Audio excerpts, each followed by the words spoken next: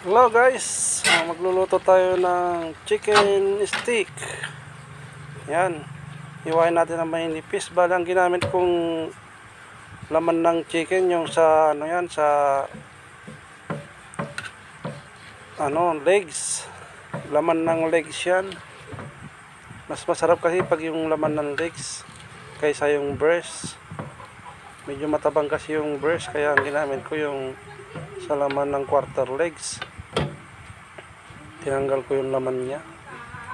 At saka natin ni-slice ng manipis.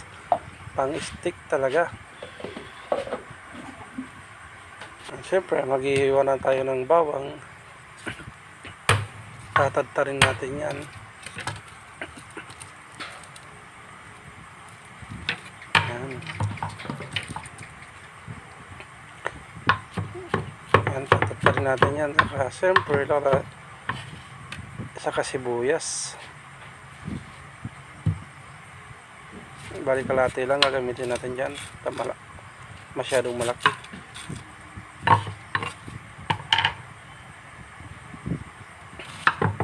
Aniwain natin ng pepsin.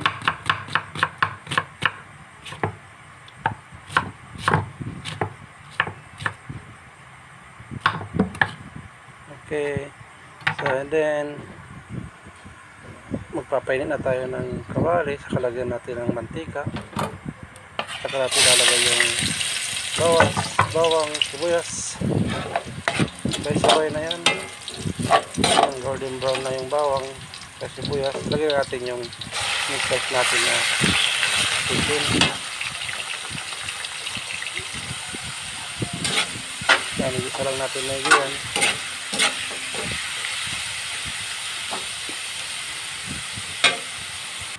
Yan. Yung na siya. At syempre, lalagyan natin ng soy. Pangpaalat, pangpainamnam. Natin lalagyan ng paminta. Maraming paminta.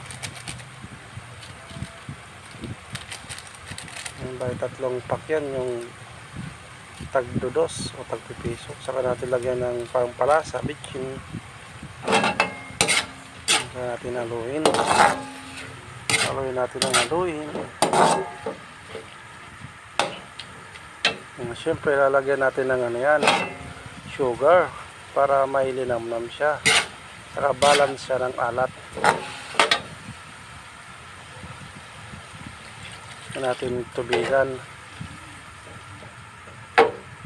para may sauce siya.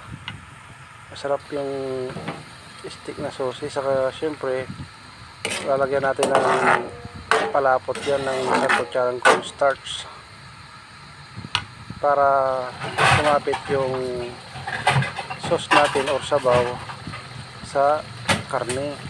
Yan, imbis na kalamansi ang ginamitan ko siya ng sinigang mix. Sinigang mix na lang ang ginamit ko dyan. Yan, saka ganyan lang yung lapot niya. Sakto-sakto lang.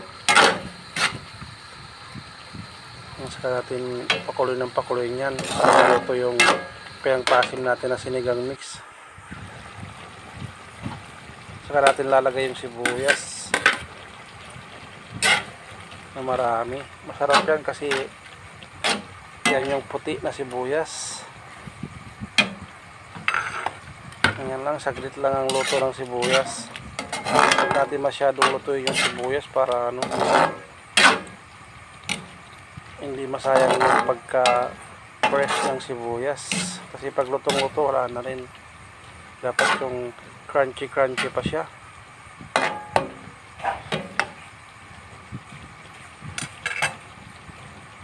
Yan, bali okay na yan.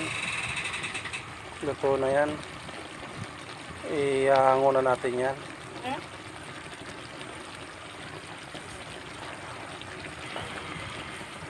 Yan, ready to serve na yan. Kainan na guys. Thank you.